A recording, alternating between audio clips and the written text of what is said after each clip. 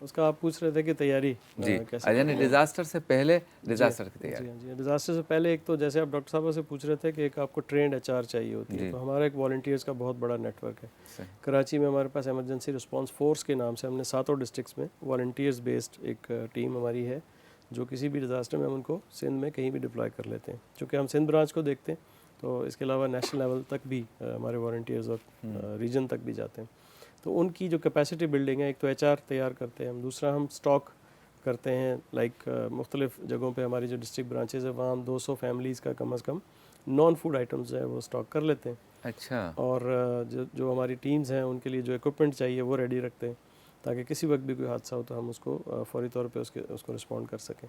Volunteers ہمارے آپ سمجھیں کہ ریڑھ کی ہڈی ہیں, اور پورے سندھ میں ہمارے پاس جیسے ڈاکٹر صاحبہ نے کہا 6000 سے زیادہ ہمارے پاس والنٹیئرز ہیں رجسٹرڈ ہیں, جن میں کچھ اسکلڈ والنٹیئر ہوتے ہیں جن کو ہم اسپیشلی انہی ایمرجنسیز کے لیے تیار کرتے ہیں. صحیح. اچھا ڈاکٹر صاحب یہ بتائیں کہ جیسے مثال کے طور پر ہم رات کو خبروں میں دیکھتے ہیں خدا نہ خواستہ کہ فلاں جگہ پہ زلزلہ آ گیا, تو ہیلتھ کا جو شعبہ ہے وہ سب سے پہلے کیا کام کرتا ہے؟ یا سیلاب آ گیا ہے, پہنچنا ہے ودن 24-48 آورس, تو جو آپ کا ہیلتھ کا شعبہ ہے, کیونکہ لوگوں کی جان ہی نہ بچی تو بلڈنگیں ٹھیک کرنے کا کیا فائدہ ہے؟ تو ہیلتھ بہت ضروری ہے, وہ سب سے پہلے کیا کرتا ہے ہلال احمر کا؟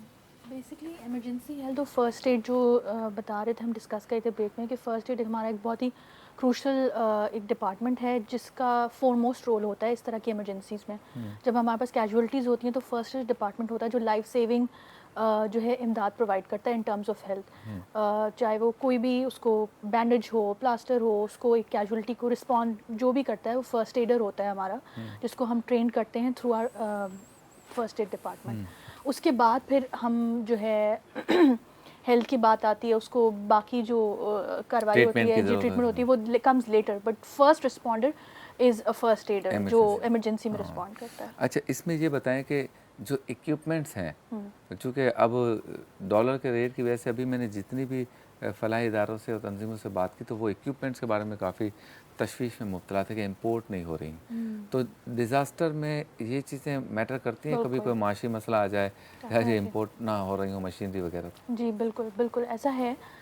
جیسے سجاد صاحب بتائے تھے کہ ڈیزاسٹر پریپیئرنس ہوتی ہے, اس میں ہیلتھ کے حوالے سے ہماری میڈیسنز ایک بہت ضروری چیز ہے جو ہمیں پریپیئر کر کے رکھنی ہوتی ہیں in case of a disaster, جب بھی کوئی ایسی ایمرجنسی اسٹرائک کرتی ہے. دوسرا ایکوپمنٹس ہو گئے, جیسے فار ایگزامپل ابھی ہم نے فلڈ میں جو کام کیا اس میں ٹیسٹنگ ہوتی ہے, ریپڈ ٹیسٹ کنڈکٹ ہوتے ہیں وہاں پہ.